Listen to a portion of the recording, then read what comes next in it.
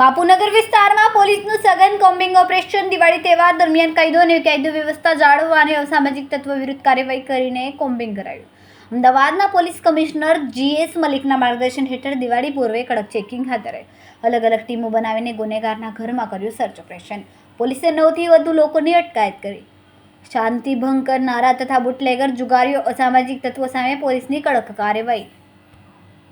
આગામી દિવાળીનો તહેવાર આવી રહ્યો છે એ અનુસંધાને અમદાવાદ શહેર CP સાહેબ તેમજ JCP સાહેબ અને DCP સાહેબનાઓની સૂચના અનુસાર અમારા બાપુનગર પોલીસ સ્ટેશન વિસ્તારમાં કોમ્બિંગનું આયોજન કરેલ ગઈકાલે રાત્રે.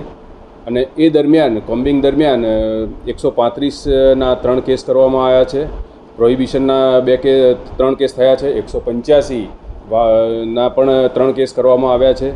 તેમજ નંબર પ્લેટ વગરના વાહનોને ટાર્ગેટ કરેલા અને એ અનુસંધાને ટોટલ 18 વાહનો રાત્રે ડિટેન કરવામાં આવ્યા છે. તેમજ પોલીસની અલગ અલગ 4 ટીમ બનાવી વિસ્તારના HS MCR નાઓને ચેક કરવામાં આવ્યા છે. તેમજ લિસ્ટેડ બુટલેગરો ઉપર 12 લિસ્ટેડ બુટલેગરો ઉપર રાત્રે પ્રોહિબિશન અનુસંધાને રેડ કરી અને કાયદો અને વ્યવસ્થા જળવાઈ રહે તે અનુસંધાને અસરકારક કામગીરી રાત્રે કરવામાં આવેલ હતી. આ તમામ જે 135 કરવામાં આવેલી છે, 142 તડીપાર હતા મળી આવેલા છે એ છે.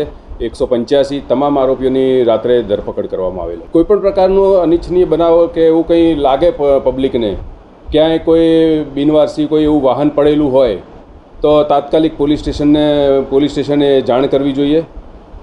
અને પોતાના ખરીદી કરવા કે એ રીતે બજારમાં ફરતા હોય તો જે અસામાજિક તત્વો છે જેવા કે ચોર છે, ખિસ્સા કાતરુઓ છે, એ લોકોથી સાવધાન રહેવું જોઈએ.